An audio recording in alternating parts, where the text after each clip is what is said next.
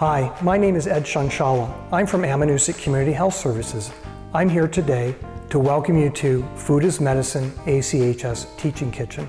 Our goal is for you to be able to learn how to produce foods you feel good about in fewer than 30 minutes from prep to plate for you, your friends, and your family.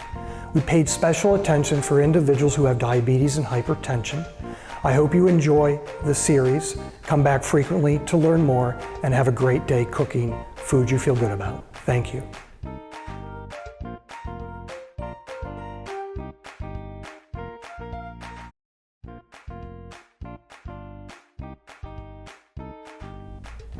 I'm excited today to introduce Chef Jose Bonilla.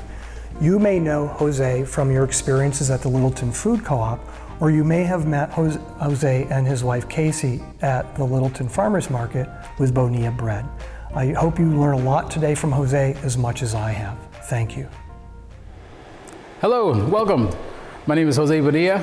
You may have seen me at the Littleton Co-op back a few years ago. I am currently part owner of Bonilla Bread up in Bethlehem, New Hampshire. You can find us at the Farmers Market every Sunday. Right now, we are gonna make an all beef chili. Now, the reason I'm calling it an all beef chili is because the only meat in it is beef, and there's no beans, there's no vegetables except onion. Sometimes you'll see like peppers and beans, a couple different kinds of beans, things like that. So this one's a pretty simple, just meat chili.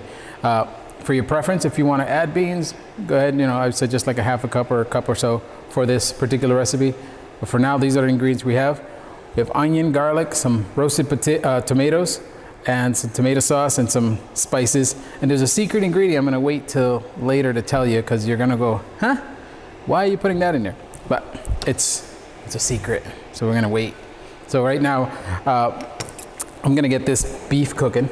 We're gonna brown off about 2 pounds of beef. A little oil in there, keep that from sticking on there. You don't need to put too much. I just do this as a habit. Your ground beef is gonna have the natural fat and it'll unstick eventually, but we're gonna go with that. Now, 2 pounds of beef. You can do turkey burger for your preference if you want a leaner meat, whatever you'd like. We are gonna throw that in there. I'm gonna break it up. Get it cooking. Once this is done cooking, we're gonna drain off the fat. As you know, if you've cooked beef before, you're gonna get a lot of that in here. If you're using turkey burger, which I use a lot myself from time to time, it's a little leaner. You won't get as much fat in there. I usually use the 88%. If not, there's a 93. If you wanna stay lean, it's really nice. So we're gonna let that cook. It's gonna be a little bit. Turn the little fire up there. Let's put a cover on it. That'll help things go. While that's going, we're gonna chop this onion. I just need about a cup of chopped onion. Chopping your onion, it's good to have a sharp knife for that. Now, I've learned to chop onions a few different ways. You could slice it and then rough chop it, or you could do this where you just kind of go into the onion. And it kind of creates this ruffle, but it's still attached at the end. Once you do that, then you just start chopping off everything, and there you have your chopped up onion. It's kind of a shortcut. Learned that from a chef. So when you have this last piece that's still attached, just go and just chop it up. And there you go. Let's see what we got here for onion. We need about a cup. Good to measure things, you know, so you're not overdoing it, especially if it's in a recipe. Somebody already did the measuring for you. This will keep things in a balance. With too much onion, somebody's gonna tell you. And this looks just about, this was a half an onion. About a half a medium-sized onion, that's perfect. We don't need to chop that guy over there. So we have our onion, we have about 3 cloves of garlic. The spices in here are gonna be cumin, paprika, and oregano. And that last one, it's right there. Just 2 little dabs of it. I'm gonna wait to tell you. Fire roasted diced tomatoes, has some green chilies in it just to give it a little more flavor. And then we have just a regular tomato sauce. We're gonna put, this is an 8-ounce can. We're gonna do about half of that, 4 ounces. And that is pretty much gonna be it. It's just, you brown your burger, get it good, then you're gonna make sure it's cooked thoroughly, and then drain it off, and then we're gonna add all these ingredients and then let it simmer for about a half hour on low heat. And then once that's done, we're gonna take it off and cook it for a little longer without a cover on it, just to let it thicken up. And that's gonna, then you taste it and see what you need. If you need some salt, which I think with the ingredients we have here, it's gonna have some good flavor, but we will check it. Let's check our burger here. Make sure this guy's, turn it around. Is it high enough? Yeah. Let's put it on a little higher there, get this cooking.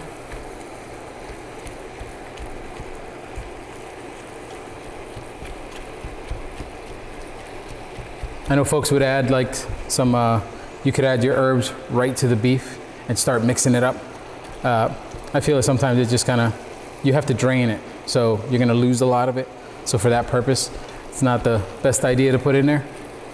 Turkey burger, that I would, because you have less liquid. Like I can't remember the last time I drained turkey burger juice. So it's a different consistency there. So with this, it's getting there. It's gonna take a little bit to brown up. And you want it brown, you want no red left over. You wanna cook that beef all the way. Once that's ready, we're gonna add all our ingredients and go from there.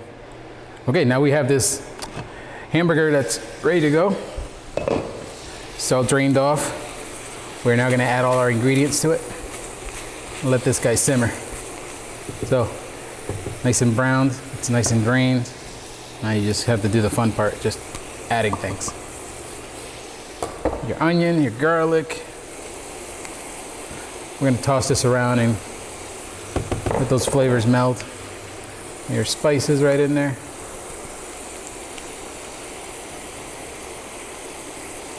There we go. All right, tomato. This is a 14.5-ounce can. Throw that all in there. So you get it all. It's got the chilies in there. Beautiful. And 4 ounces of this, which is about half. We're gonna do the half of it in there. And let's just mix that up. You wanna get those spices to get mixed up into everything, so give it a good stir. Stir it well. Once everything is well incorporated, and we're gonna let it simmer for 30 minutes. That secret ingredient I told you about is in there. I can smell it a little bit. And that ingredient is unsweetened cocoa powder. I know, right? You're like, what? You put chocolate in your chili? Yeah. You gotta try it. Something different. And if you don't like it, then I guess you won't make it next time. Put something else in it. Put some other herbs and spices. But this is, you'll like it. It makes you look, make a funny face when you see that. So see that we're nice and, everything's mixed up well. Give it a little extra stir, because you know, sometimes you have little dry spots of the herbs sticking together. Like that chocolate, that cocoa powder was stuck to the side there. So get it all, you're gonna see it all be wet. So that's how you know it's all incorporated. Tomatoes. Now when this is simmering, the tomatoes are gonna break down a little bit. It's gonna create a little liquid. And that's gonna give it that saucy look. So we're gonna leave it right there, put it on low. Chili's gonna cook for another 30 minutes. It's gonna simmer with the cover on, and then we're gonna do another 20 minutes with the cover off to let it thicken up and get some thickness to it. Once that's done, you're gonna have a nice, beautiful chili. Have some, if you have some cornbread you wanna make with it, or something on the side. Otherwise, by itself, it's gonna taste great. So that's where we are with our chili. Now that you let your chili simmer for the last 30 minutes, and then the 20 without the lid, we're ready to think about some toppings or some sides to go along with this. Sides, I'd recommend like some cornbread, It's just regular bread. You can come see us at Bonilla Bread. We'll make some bread for you. Or it's tortilla chips. You could just dip that out. It'd be great with that. And as far as toppings, you could think about some shredded cheese, cheddar jack, sour cream. I've seen it done many ways. So let's spoon this guy out into the little bowl here. See what that looks like. As you can see, it's nice and thick. It's thickened up a little bit. It's like a chili. And that's why we call it an all meat chili, because all you're seeing is bits of onion. And you can see how it's all meat, no beans, no other things, but you could add those on. You got the tomatoes and the onions. It's great flavor, the cumin with the chocolate, the unsweetened cocoa powder, the secret ingredient. Try it out, see how you like it. You'll enjoy it. Thank you.